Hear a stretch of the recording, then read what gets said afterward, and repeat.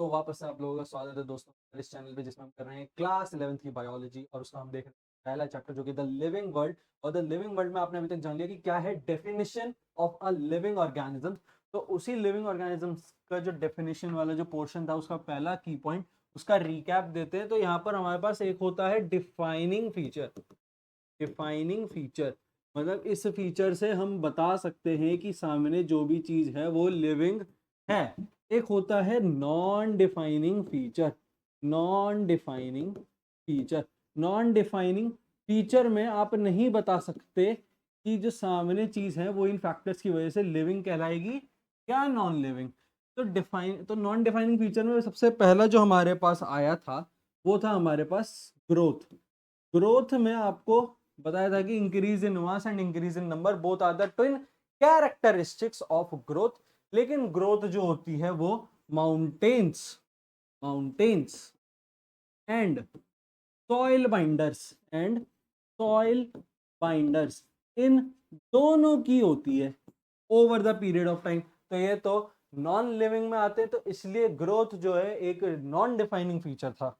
अगला आता है हमारे पास हमारा रिप्रोडक्शन। तो रिप्रोडक्शन तो वैसे देखा जाए तो अपने जैसा ऑफस्प्रिंग को पैदा करना एक डिफाइनिंग फीचर जैसा लगता है, लेकिन हमारे पास कुछ एक्सेप्शन एग्जांपल जैसे mule, infertile couple, infertile couple.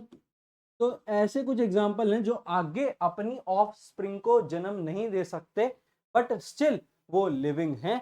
तो ये जो है सिर्फ लिविंग को नहीं बता सकता क्योंकि ये दोनों नहीं कर सकते रिप्रोडक्शन। सेम अब यहाँ पर आती है दूसरी तरफ में हमारे पास डिफाइनिंग कैरेक्टरिस्टिक्स जैसे कि मेटाबॉलिज्म। मेटाबॉलिज्म मतलब आपकी बॉडी में जो भी मेटाबॉलिक रिएक्शन हो रहा है ताकि आपका खाना पच सके, आपकी बॉडी का इम्यून सिस्टम डेवलप हो सके, आपका बॉडी एंटीजेंस और पैथोजन से फाइट कर सके। तो आपका white blood cell red blood cell भी मेटाबॉलिज्म की वजह से घटता या बढ़ता है। तो ये तो कैरेक्टरिस्टिक सिर्फ और सिर्फ एक लिविंग के अंदर ही होती है, क्योंकि मेटाबॉलिज्म एक बैग के अंदर तो नहीं हो सकता, मेटाबॉलिज्म एक चेयर के अंदर नहीं हो सकता। इसको आपको वायरस से बचाने की कोई जरूरत नहीं। अच्छा, अगला अगला हमारे पास क्या है, जो लास्ट था हमारे पास जो कि था कॉन्शियसनेस। कॉन्शियसनेस मतलब कि किसी भी एक्सटर्नल स्टिमुलस पर एक रिस्पॉन्स देना वो होता है कॉन्शियसनेस। तो ये भी सिर्फ एक लिविंग इंडिविजुअल के ही बस की बात है, क्योंकि एक non living individual, let suppose वापस से अपना ये एवरग्रीन बैग, इसको अगर हम मुक्का मारेंगे तो ये पलट के बदले में मुझे नहीं मार सकता या मेरे से दूर नहीं भाग सकता। It is the basics of consciousness. और इसमें एक और एग्जांपल था कि ह्यूमंस में होती है सेल्फ कॉन्शियसनेस। तो ये अभी तक आपने देख लिया है। अब जो हमारा पोर्शन आता है जो कि इसका दूसरा पोर्शन वो है बायोडाइवर्सिटी। तो ये बायोडाइवर्सिटी क्या होता है? All types of all types of living organisms living organisms like like plants like plants like animal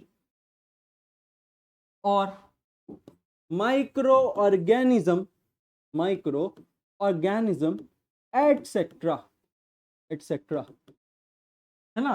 तो जितने भी टाइप के लिविंग ऑर्गेनिजम्स हैं, organisms live in living in living in same और डिफरेंट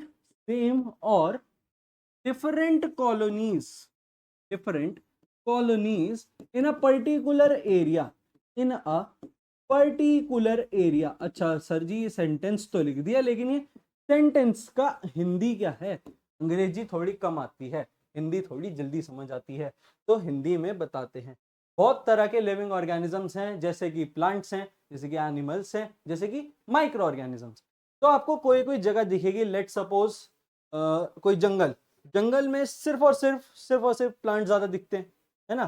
किसी किसी एरिया में, जैसे लेट सपोज अगर ये एक फॉरेस्ट एरिया है, इसका अगर मैं देखूं तो इतने एरिया में अगर मेरे को सिर्फ प्लांट दिख रहे हैं, एक एरिया होगा जहां पर कोई वो नहीं होगा प्लांट, वहां पर सिर्फ एनिमल होंगे, एनिमल होंगे।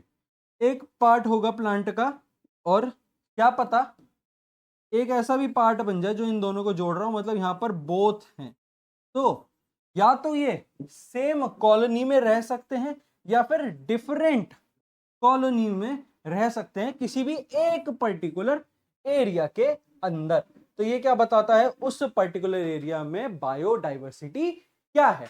अच्छा, तो अब नंबर ऑफ स्पीशीज की जरा बात करते हैं। नंबर ऑफ स्पीशीज, ये हमने देखा बायोडाइवर्सिटी क्या है। अच्छा, नंबर ऑफ स्पीशीज क्या हो सकता है अब, तो approximately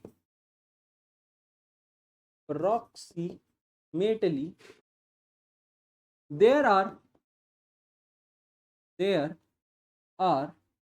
1.7 to 1.8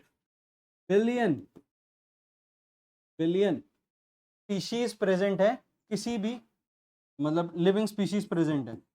1.8 billion living species are present, living species are present.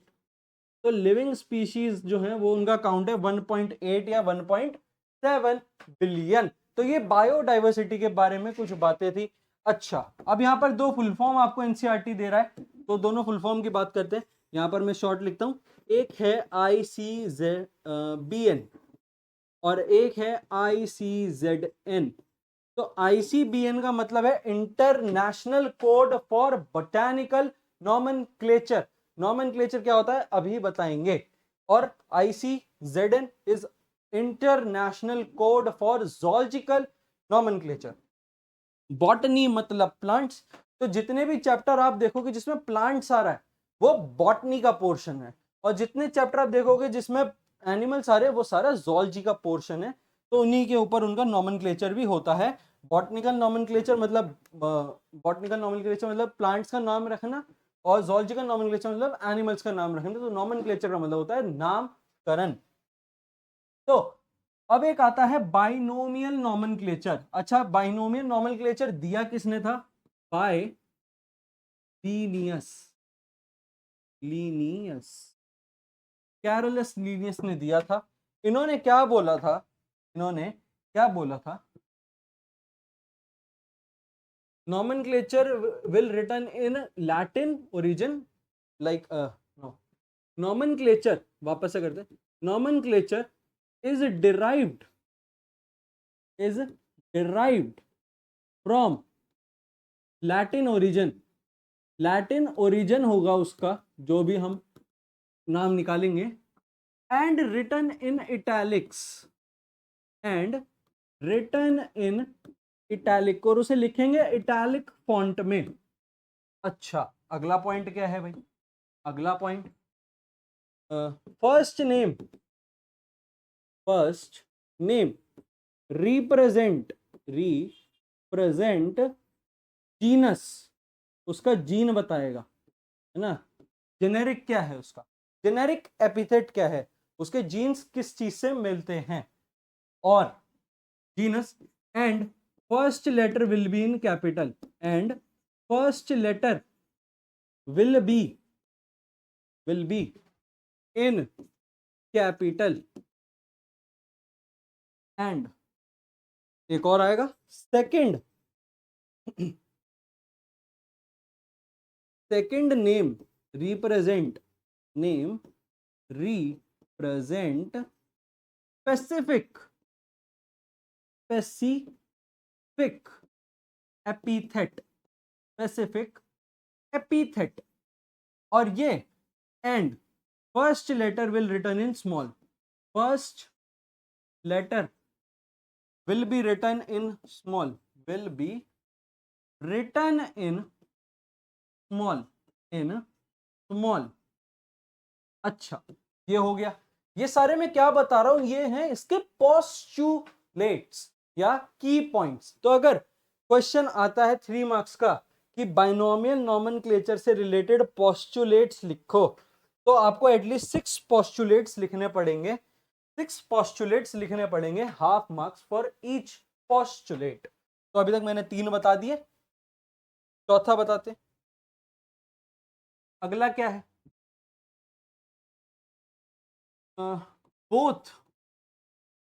Both names are underlined separately, are underlined separately. दोनों वर्ड्स को अंडरलाइन करना है सेपरेटली, दोनों वर्ड्स को अंडरलाइन करना है सेपरेटली, और both words are written, and scientist who gave that name, scientist who proposed that name, who proposed that name will be written in, will be written, will be written after specific epithet, after specific epithet, specific epithet। अच्छा, अब sir जी तो 5 हो गए, आपने बोला था 6 लिखने हैं, तो छठे में एग्जाम्पल डाल दो, छठे पॉइंट में एग्जाम्पल डाल दो। Mangifera, Mangifera indica Linn separately underline. Sir ji आपने बोला था कि पहला वर्ड जो होगा वो जीनस बताएगा और वो होगा कैपिटल में, ठीक है। आपने एक पॉइंट बताया कि सेकंड नेम जो होगा वो होगा स्मॉल से शुरू और वो बताएगा उसके स्पेसिफिक एपिथेट को, ठीक है।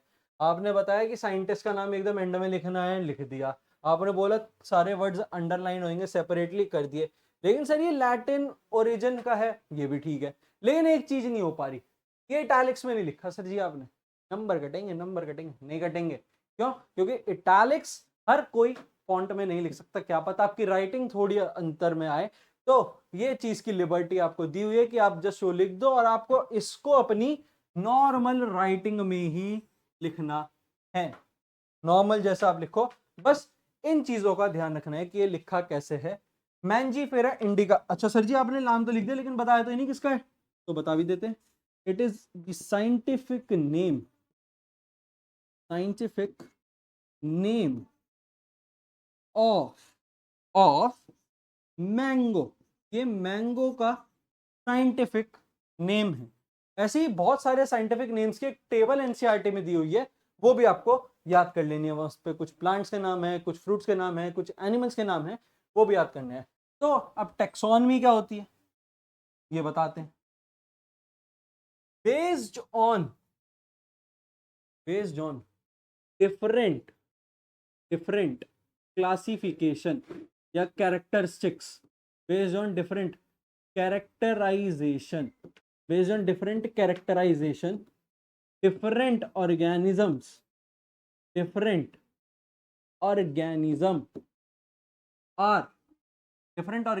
are belonged to different taxa, are belong to different taxa। तो सर जी टैक्सा क्या होता है? तो टैक्सोनॉमी इज लाइक एक प्रोसेस है कि किस किस प्रोसेस से गुजरना पड़ता है किसी भी एक नए स्पीशीज को जानने के लिए। तो जब साइंटिस्ट नाम रख रहे थे उन्होंने टैक्सोनॉमी का बेसिक क्या रखा, बेसिक्स क्या था टैक्सोनॉमी का, बेसिक्स ऑफ टैक्सोनॉमी। तो उन्होंने वो कैसे देखते थे कि सामने जो भी ऑर्गेनिज्म है उसका नाम कैसे रखना है, तो उसके लिए वो एक चीज फॉलो करते थे, वो आपको बताते हैं। वो एक चीज फॉलो करते थे, वो आपको बताते हैं क्या है। तो सबसे पहले होता है कैरेक्टराइजेशन, सबसे पहले होता है कैरेक्टराइजेशन, मतलब कि उसके कैरेक्टरिस्टिक्स के बारे में जान लो, क्या है, कैसे चलता है, क्या करता है। कैरेक्टराइजेशन के बाद उसका होता है आइडेंटिफिकेशन, फिर होता है उसका आइडेंटिफिकेशन, उसको आइडेंटिफाई करते हैं उसके अराउंड की और कोई दूसरी स्पीशीज से, आइडेंटिफिकेशन। अच्छा ये एक है, ये और किससे मिलता है ना। लेट सपोज अगर वो टाइगर का कर रहे थे और ऑलरेडी लायन का कर चुके, तो उन्होंने क्या देखा, कैरेक्टरिस्टिक्स, इसके कैरेक्टरिस्टिक्स लायन से मिलते हैं। आइडेंटिफिकेशन, क्या ये और किसी और जानवर से मिलता है, तो लेट सपोज ये पैंथर से मिल रहा है। फिर उन्होंने क्या करा, उसका करा नॉमेनक्लेचर, नॉमेनक्लेचर मतलब उसका नाम रख दिया। तो टाइगर का नाम रखा पैंथेरा टिग्रिस, नॉमेनक्लेचर। सर जी नॉमेनक्लेचर के बाद क्या कर, नॉमेनक्लेचर के बाद उन्होंने एट द एंड उसका कर दिया क्लासिफिकेशन, मतलब कि उसे वहां रख दिया फ्लो चार्ट में, उसे कहाँ रखा, जहां पर टाइगर को रखा, जहां पर लायन रखा था और जहां पर पैंथर को रखा था। तो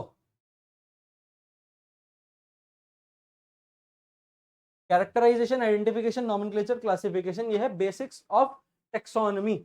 अच्छा, तो इसका लास्ट क्या है, टेक्सोनॉमिकल हायरार्की। तो हायरार्की मतलब सबसे ऊपर सबसे कम, नीचे आके सबसे ज्यादा। तो इसमें क्या आता है, kingdom, kingdom, phylum, phylum, class, order, family, genus और स्पीशीज। फैमिली, जीनस और स्पीशीज। जब जब आप नीचे जाओगे, सिमिलैरिटी इंक्रीजेस। यहाँ क्या होता है, यहाँ क्या होता है, सिमिलैरिटी इंक्रीज होती है, similarity increases downwards, increases downwards, downwards ऐसे। अच्छा सर जी, को एग्जाम्पल मिलेगा, एग्जाम्पल इसका इस सारा में तो दे देते हैं।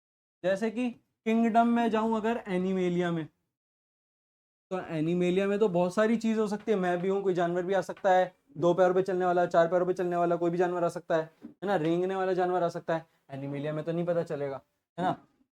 तो सर जी एनिमेलिया, एनिमेलिया से नीचे चलते हैं, फाइलम में आते हैं जरा। फाइलम अगर मैं देखूं, कॉर्डेटा, हाँ जी सर, कॉर्डेटा, कॉर्डेटा में होती है 5 चीजें। क्या क्या होते हैं, रेप्टाइल्स, एव्स, मैमल्स, फिशेस और बर्ड्स। हाँ ठीक है, फाइलम हो गया कॉर्डेटा, किंगडम हो गया एनिमेलिया। तो अब एनिमेलिया से और थोड़ा स्पेसिफिक हो गए, और थोड़ा एनिमल्स के अंदर जाके पता चला कि हाँ कॉर्डेट्स होते हैं, एनिमेलिया के बाद कॉर्डेट्स। सर जी क्लास, क्लास, क्लास अगर मैं बोलूँ मैमेलिया, सर जी मैमल्स के अंदर आ गए अब, हाँ मैमेलिया। अब सिर्फ मैमल्स की बात करेंगे, ना एनिमल्स की बात कर रहे सारे, ना सारे कॉर्डेट्स की, सिर्फ मैमल्स की बात करते हैं। अच्छा, ऑर्डर की बात करें, ऑर्डर, सर जी ऑर्डर क्या होगा, ऑर्डर अगर मैं बोलूं, ऑर्डर अगर मैं बोलूं कि प्राइमेटा, प्राइमेटा मतलब जो थोड़ा बहुत बंदरों की तरह दिखते थे, बंदरों की तरह, तो मैमल्स में भी बंदर पे आ गए, है ना। अब फैमिली, सर जी फैमिली, फैमिली क्या है, तो फैमिली की बात करें तो फैमिली है होमिनिडे, होमिनिडे। होमिनिडे वो वाली है प्रजाति जिन्होंने over the period of time अपने आगे के 4 लिम्स को उठाकर और पूरा वजन हाइंड लिम्स पे डाल के चलने का ट्राई करा, वो है होमिनिडे। अच्छा, होमिनिडे के बाद सर जीनस में क्या आएगा, जीनस में मैं लिखूं होमो,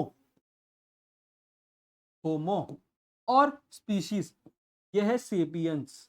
तो ये टेक्सोनॉमिकल हायरार्की किसकी है, ये टेक्सोनॉमिक हायरार्की है, taxonomic, taxonomic hierarchy, hierarchy of human, ये ह्यूमन की हायरार्की है। मतलब जाहिर सी बात है, अगर आप सेपियंस और होमोसेपियंस में देखोगे, जीनस और स्पेसिफिक स्पीशीज में, तो आप बता पाओगे कि हाँ यहाँ पर बहुत ज्यादा सिमिलैरिटी है, ह्यूमंस में आपस में बहुत सिमिलैरिटी है।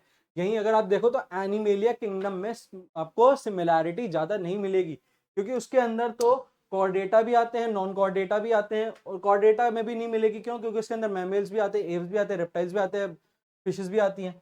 प्राइमेट्स में मिलेगी, बंदर भी बहुत तरह के मंकी है, हाउलर मंकी, कापुचिन मंकी, हम भी हैं, है ना, गोरिल्ला है, चिंपांजी है, प्राइमेट्स में भी नहीं मिलेगी। होमिनिडे जो चलना चालू हो गए थे, तो बहुत सारे बंदर है जो चल सकते हैं, ओरांगुटैन भी चल सकता है, फिर भी अपने हाथ आगे रखता है। होमोसेपियंस में मिलती है, इन दो में सबसे ज्यादा सिमिलैरिटी देखने को मिलती है, अगर ये दोनों किसी का आपको पता है तो। इसलिए भी नॉमेनक्लेचर में सिर्फ जीनस और स्पीशीज पे फोकस करा गया, क्योंकि यही इंपॉर्टेंट है किसी भी एक ऑर्गेनिज्म का नॉमेनक्लेचर करने के लिए। और इसी के साथ ये वाला चैप्टर, फर्स्ट चैप्टर हमने अपनी बायोलॉजी का कंप्लीट कर दिया है। नेक्स्ट टाइम हम लेकर आएंगे बायोलॉजिकल क्लासिफिकेशन। तब तक आप पढ़ते रहें आराम से। Thanks so much.